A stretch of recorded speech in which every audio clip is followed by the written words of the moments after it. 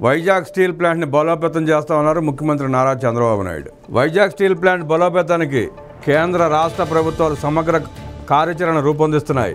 ఈ మేరకు భారత ప్రభుత్వ ఉక్కు మంత్రిత్వ శాఖ ప్రతినిధి బృందం ముఖ్యమంత్రి నారా చంద్రబాబు నాయుడుతో చర్చలు జరిపింది.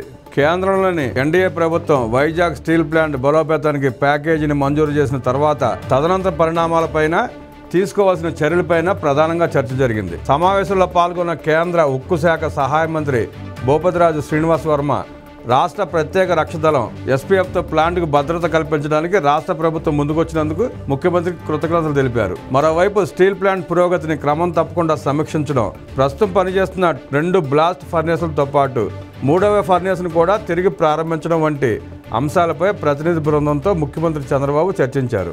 వైజాగ్ స్టీల్ ప్లాంట్తో తమ రాష్ట్రానికి భావోద్వేగ అనుబంధం ఉందని, దీనిని పరిరక్షించుకోవాల్సిన అవసరం ఉందని ముఖ్యమంత్రి స్పష్టం చేశారు. స్టీల్ ప్లాంట్ బలోపేతం చేసేందుకు తమ అభ్యర్థనను పరిగణలోకి తీసుకుని ఆర్థిక సాయం ప్రకటించినందుకు ప్రధాని నరేంద్ర మోదీకి, కేంద్రానికి ముఖ్యమంత్రి ధన్యవాదాలు తెలిపారు. వైజాగ్ స్టీల్ ప్లాంట్ పునరుద్ధరణకు కేంద్ర రాష్ట్ర ప్రభుత్వాలు 2 సమన్వయంతో కలిసి పనిచేయాలని, ఉక్కు కర్మాగారానికి తిరిగి పూర్వ వైభవం తీసుకురావాలని చెప్పారు. ఇందుకు అవసరమైన సాయాన్ని రాష్ట్ర ప్రభుత్వం అందిస్తూనే ఉంటుందని హామీ ఇచ్చారు. వైజాగ్ స్టీల్ ప్లాంట్ నిర్వహణ వ్యయం తగ్గించుకోవడంతో పాటు సమర్థత, సామర్థ్యం పెంచుకోకపోతే ఆశించిన ఫలితాలు రావని అధికారులకు ముఖ్యమంత్రి స్పష్టం చేశారు. ఈ సమావేశంలో ఉక్కు మంత్రిత్వ శాఖ కార్యదర్శి Sandeep Poundrik, joint secretary Abhijit Narendra, NMDC CMD Amit, RINL in charge CMD Ajit Kumar Saxena, MECON CMD SK Varma, MSTC limited CMD Manobendra Ghoshal పాల్గొన్నారు.